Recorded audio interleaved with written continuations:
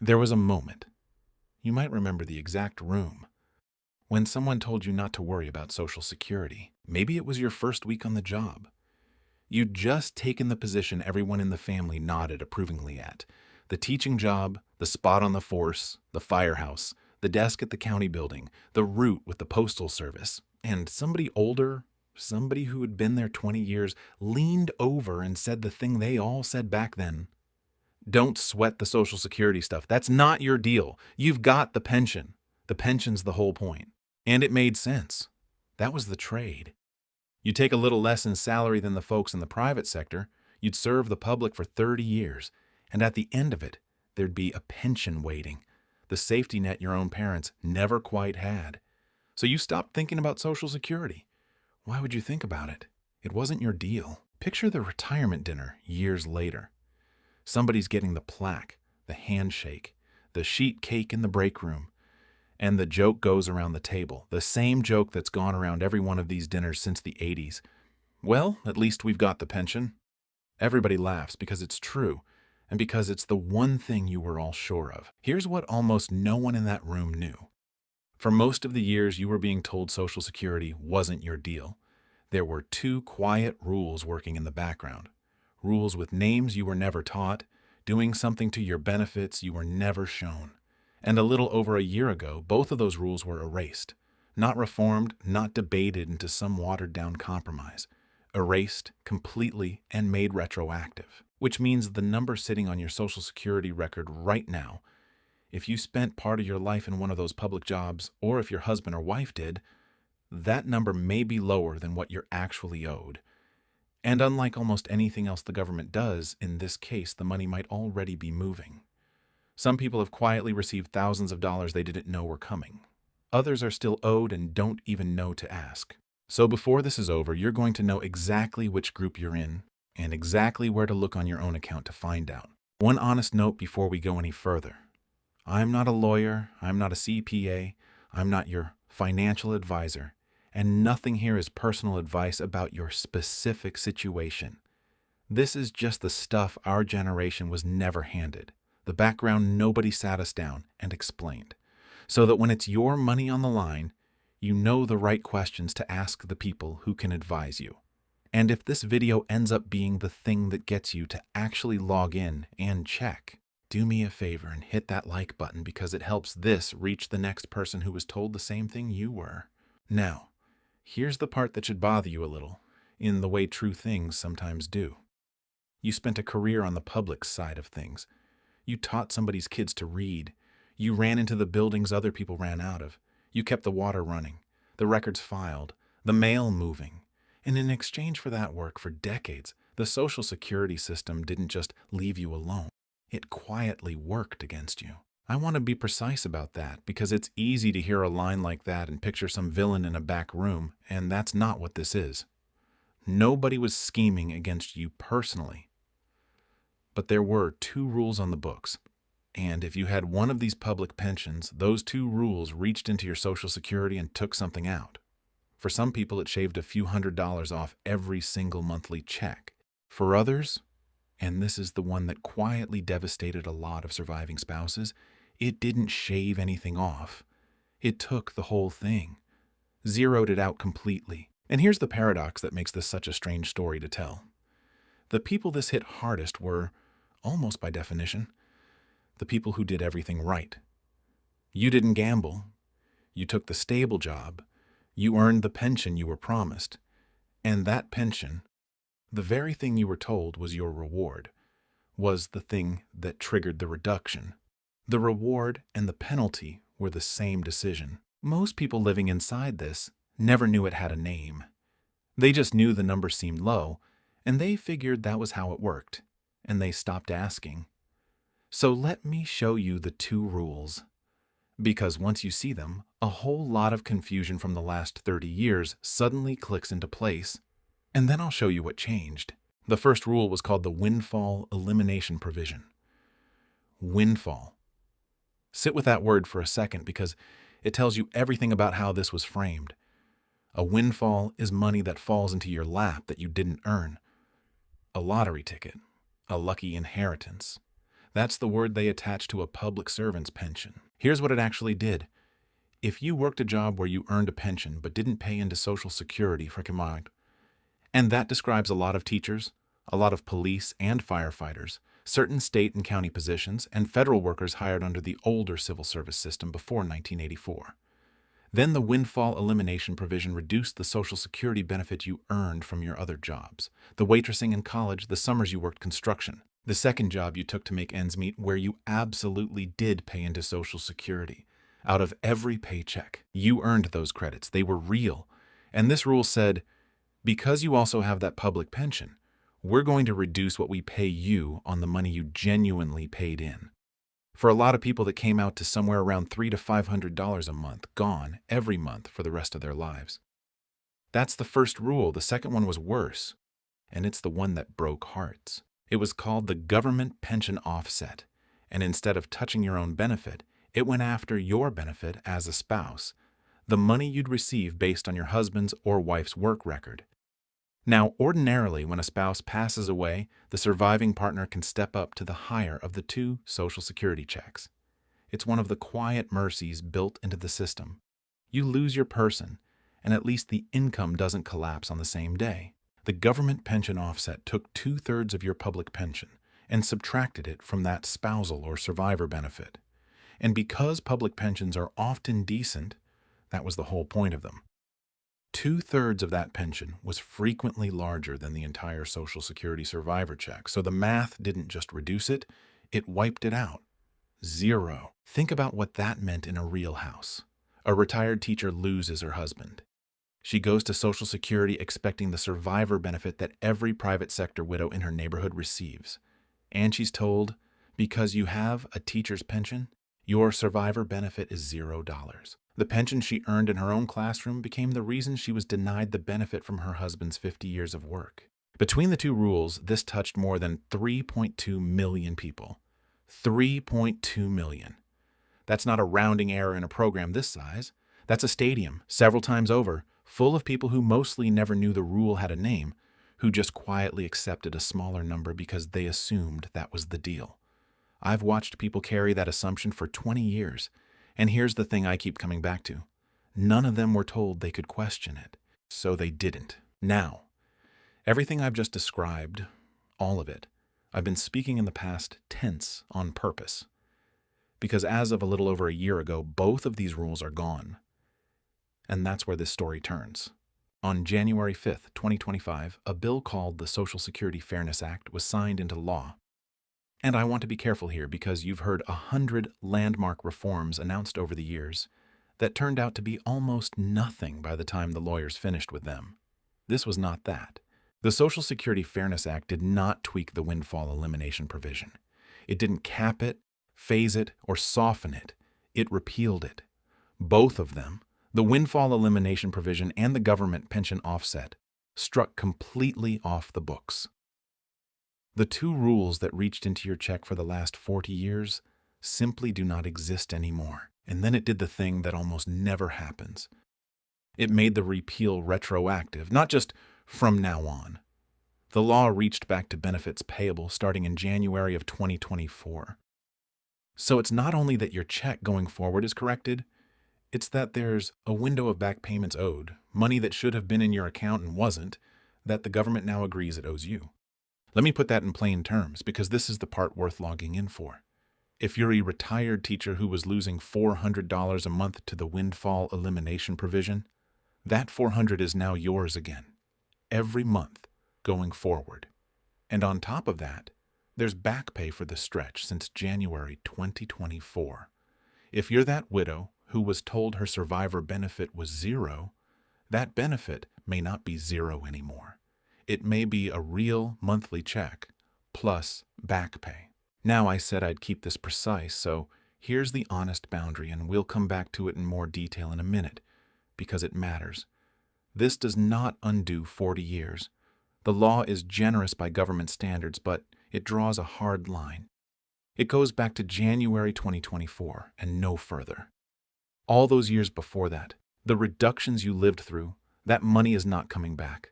I know that's a tough thing to hear if you did the math in your head just now. Hold on to that. because how far back this reaches has actually become a live fight in Washington, and I'll show you that before we're done. But here's what I don't want you to miss in the middle of all this. This isn't a proposal. It isn't under consideration or expected to pass. It was signed. It's law. It's been law for over a year.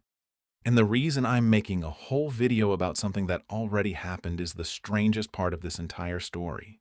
A huge number of the people it was written for still have no idea, and the money that's owed to them is sitting there, waiting, in some cases already moving. Let me show you how much has actually moved. That number surprised even me. Here's the number. As of the middle of 2025, the Social Security Administration had already sent out more than 3.1 million payments tied to this repeal, totaling over $17 billion. $17 billion with a B. That's not a promise or a projected cost estimate. That's money that already left the government and landed in real people's accounts. And the piece of that I most want you to hear is the average size of the one-time back payment. When they went back and calculated what people were owed from January 2024 forward, the average retroactive lump sum came out to $6,710. Sit with that for a second.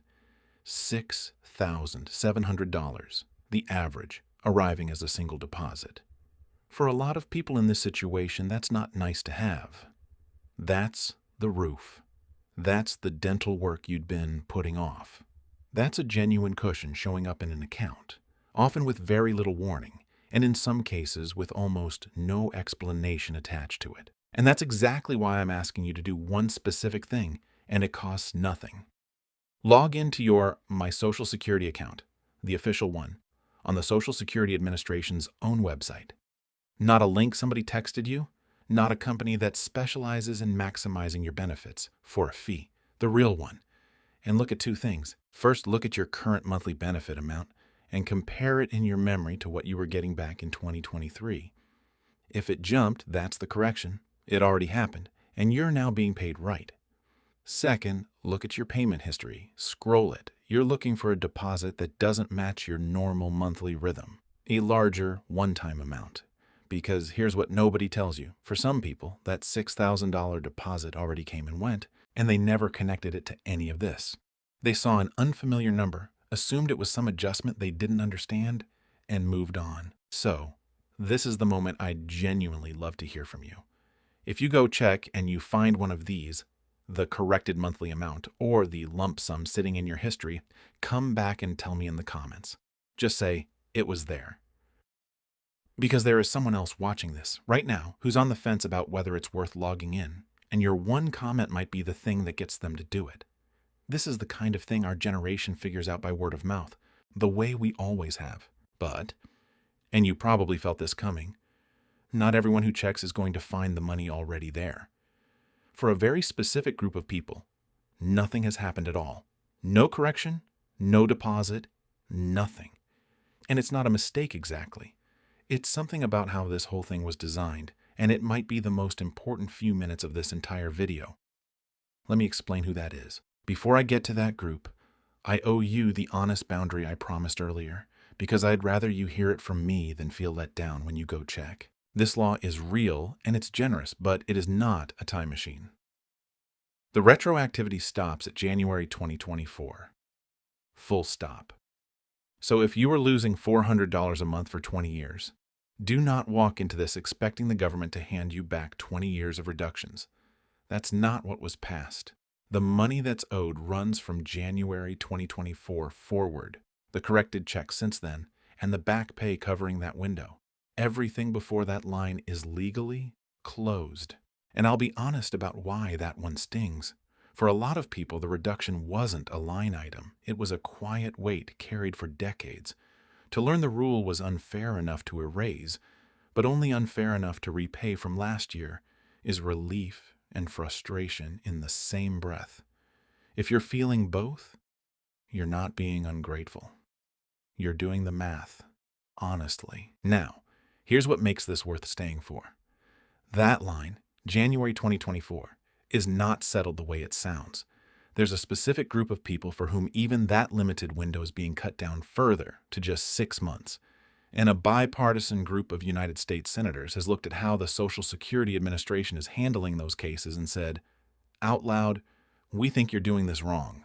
That fight is happening right now in 2026, and I'll walk you through it. But it only makes sense once you understand who that group is, the people for whom nothing has moved at all. So let's finally talk about them, because you might be one of them, or you might be married to one. Here's the group that keeps me up a little. Go back to that widow, the retired teacher who was told her survivor benefit would be zero. Now think about what a reasonable person does with that information. She was told plainly by the Social Security office, if you apply, you'll get nothing. So what did thousands of people in her position do? The sensible thing. They didn't apply. Why would you fill out paperwork for a benefit the government already told you is zero? Some of them were told this 20, 30 years ago. They closed that door and never looked back. And here's the quiet trap inside this whole beautiful repeal. The Social Security Administration can find and fix you automatically. The corrected check, the lump sum, only if you already have a claim in their system. If you're already receiving a reduced benefit, they know who you are. They can recalculate you. But if you were told zero all those years ago and you never filed, then as far as the system is concerned, you don't exist in this equation. There is no claim to correct, no file to reopen. Nobody is going to come find you because there's nothing on record pointing to you. Let me say that as plainly as I can, because it's the single most actionable thing in this video. If you, or your husband, or your wife, ever walked away from a Social Security spousal or survivor benefit because someone told you the government pension offset made it zero, that no may not be true anymore. But it will stay zero forever unless someone files. The law changed the answer. It did not automatically reopen the question. You have to walk back in and ask it again. And people are. Since the repeal, the Social Security Administration has received over 278,000 brand new claims, people filing for the first time or filing again for benefits they'd been shut out of. As of the middle of 2025, they'd processed around 92% of them, which means hundreds of thousands of people have already figured out what I'm telling you right now. And there are still more out there who haven't, who are one phone call away from a monthly check they've written off for decades. So if any part of this is landing a little too personally, if you just thought of your own situation or your spouse's or your sister who taught third grade for 30 years, that's the nudge. That's the whole reason this video exists. Don't assume the old no still holds. Go ask again. And if you know someone this describes, this is the video to send them. Not as a warning, just as a, hey, I think this might be you. Because the cruel thing about this particular gap is that the people most likely to have given up are exactly the people least likely to hear that the rules changed. Word of mouth is how they find out. You could be the word of mouth. Now, I mentioned there's a fight happening in Washington over these exact cases right now in 2026. Let me tell you what it is, because it tells you something true about this whole system. Here's the wrinkle, and it's a revealing one. Remember that widow who never filed, told zero decades ago and walked away? When she comes back in now and files, how far back should her money go? You'd think back pay to January 2024, same as everybody else. But that's not always how it's being handled. For some of these never filed cases, the Social Security Administration has been applying a different, older rule. The ordinary one that says, when you file a new claim, your back pay only reaches 6 months before you applied. 6 months. Not January 2024. So two people, hit by the same repealed rule, owed money for the same reason. One gets back pay to January 2024 because they already had a claim on file. The other gets 6 months because they were told zero years ago and reasonably never filed. The person hurt worse by the old rule gets the least back from its repeal. And this is where something worth watching is happening. A bipartisan group of U.S. senators, Susan Collins, Bill Cassidy, John Fetterman, John Cornyn, people who don't agree on much, have formally pushed back on the Social Security Administration over exactly this. Their argument, plainly, these spouses didn't fail to file out of laziness. They didn't file because your own agency told them their benefit would be zero. You can't penalize them for believing you. They should get full retroactivity back to January 2024, like everyone else. As of early 2026, that's not resolved. It's an open fight. So if you're in that never filed group, here's the practical takeaway. File anyway, now, and don't quietly accept a 6-month figure as the final word if you get one, because there are sitting U.S. senators arguing on the record that 6 months is the wrong answer, and the ground may still shift. So let's go back to that break room, the sheet cake, the plaque, the joke that went around every one of these dinners. Well, at least we've got the pension. Everybody laughing because it was the one thing you were all sure of. You know something now that nobody in that room knew. That the pension you were so sure of was quietly doing something to your Social Security the whole time. That the rule doing it has a name, and that the name is now history. Repealed, retroactive, real money already moving. And you know the one thing that separates the people who collect what they're owed from the people who don't. It isn't luck. It's whether they check. So here's the only homework I'll give you. Log into the real My Social Security account this week, not someday, this week, and look at your monthly amount and your payment history. If you were ever told a spousal or survivor benefit was zero, file again and hold your ground on the back pay. And send this to the one person you already thought of while I was talking. You know who they are. The version of you sitting at that retirement dinner accepted the deal because that's what you were handed, and there was no reason to question it. The version of you right now, watching this, you don't have to accept anything on faith. You get to check. That's not cynicism. That was never cynicism. It's just the quiet, self-reliant competence our whole generation was raised into. The day we let ourselves into an empty house and figured it out. Go check. Then come tell me what you found. I read the comments, and I think a lot of us are about to have the same story.